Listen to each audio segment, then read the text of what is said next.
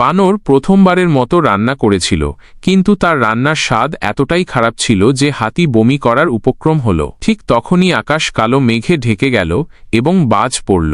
এতে হাতি ও বানর দুজনেই কালো কয়লার মতো হয়ে গেল, কিন্তু মাটিতে পড়ে থাকা খাবার মুহূর্তে বদলে গেল।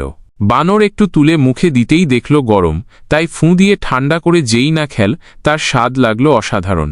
লোভী বানর মাটিতে পড়ে থাকা নীল জেলিটা তুলে ঢকঢক করে খেয়ে ফেলল। এরপর হাতিকে লাল জেলি চেখে দেখতে বলল। হাতি একটু চেখে দেখেই তার চোখ চকচক করে উঠল। সেও মাটিতে পড়ে থাকা জেলি খাওয়া শুরু করল। কিছুক্ষণ পর দুজনেরই মাথা ঘুরতে লাগল। হাতি দ্বিগুণ ছোট হয়ে গেল, আর বানর বিশাল বড় হয়ে গেল। ছোট হাতিটা তখন লতার ওপর খেলা করছিল, আর বিশাল বানর এমন জোরে লাফ দিচ্ছিল যে পুরো জঙ্গল কেঁপে উঠল।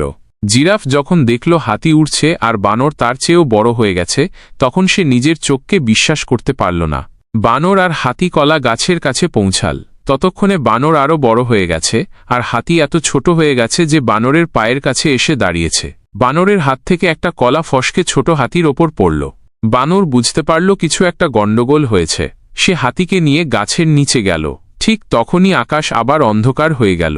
মাটিতে পড়ে থাকা কলাপাতার জেলি শেষ হয়ে গিয়েছিল। হাতি আর বানর ঠিক করল যে তারা আবার রান্না করবে।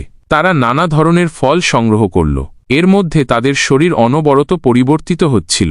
খাবার তৈরি করে বানর সেটা উপরে তুলল। তখনই বাজ পড়ল, আর বানর কালো বানরে রূপান্তরিত হল। কিন্তু এবার জেলি তৈরি হয়ে গিয়েছিল। বানর জেলিটার স্বাদ নিল এবং ছোট হাতিটাকেও জেলির মধ্যে ফেলে দিল।